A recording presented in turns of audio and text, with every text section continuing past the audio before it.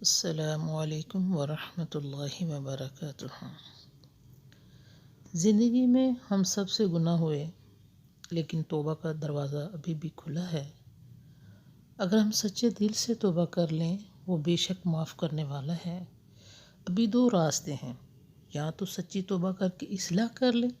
یا گناہوں کی زندگی میں رہ کر دنیا اور آخرت برباد کر لیں، کیونکہ موت کا کچھ پتہ نہیں کب آ جائے۔ اللہ تعالیٰ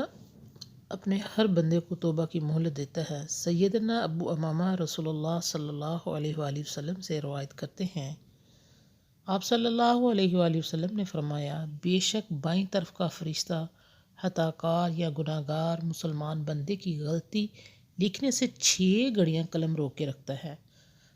پھر اگر وہ نادم ہو اور اللہ سے اس کی معافی مانگ لے تو اس قلم کو پھینک دیتا ہے، ورنہ ایک برائی لکھ دی جائے۔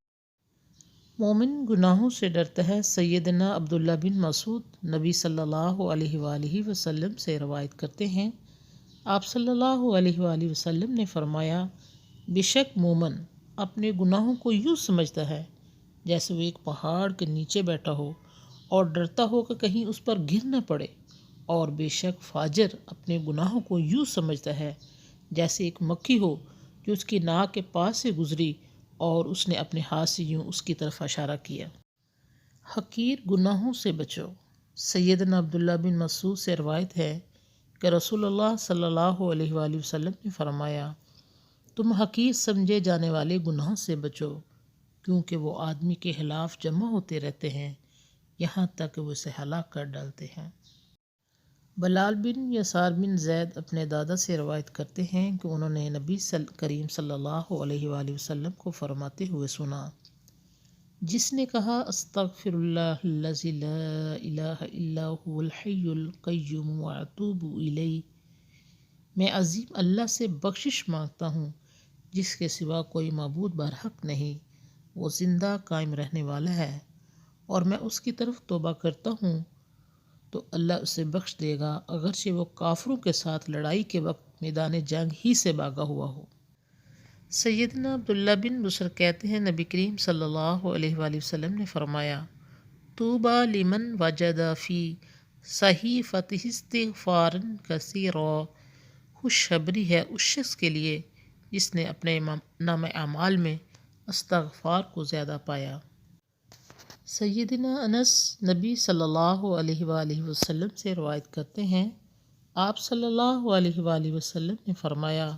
ہر انسان خطا کار ہے، اور خطائیں کرنے والوں میں سے بہترین وہ ہے جو بہت زیادہ توبہ کرنے والے ہیں۔ سیدنا انس بن مالک کہتے ہیں، میں نے رسول اللہ صلی اللہ علیہ وآلہ وسلم کو فرماتے ہوئے سنا، اللہ تبارک و تعالیٰ فرماتا ہے، اے ابن آدم، تو جب تک مجھ سے دعا کرے گا اور امید رکھے گا، تیرا جو گناہ بھی ہوگا میں معاف کر دوں گا، اور مجھے اس بات کی کوئی پرواہ نہیں، اے ابن آدم، اگر تیرے گناہ آسمان کی بلندیوں تک پہنچ جائیں، پھر تو مجھ سے معافی مانگے تو بھی میں تجھے معاف کر دوں گا، اور مجھے اس کی کوئی پرواہ نہیں،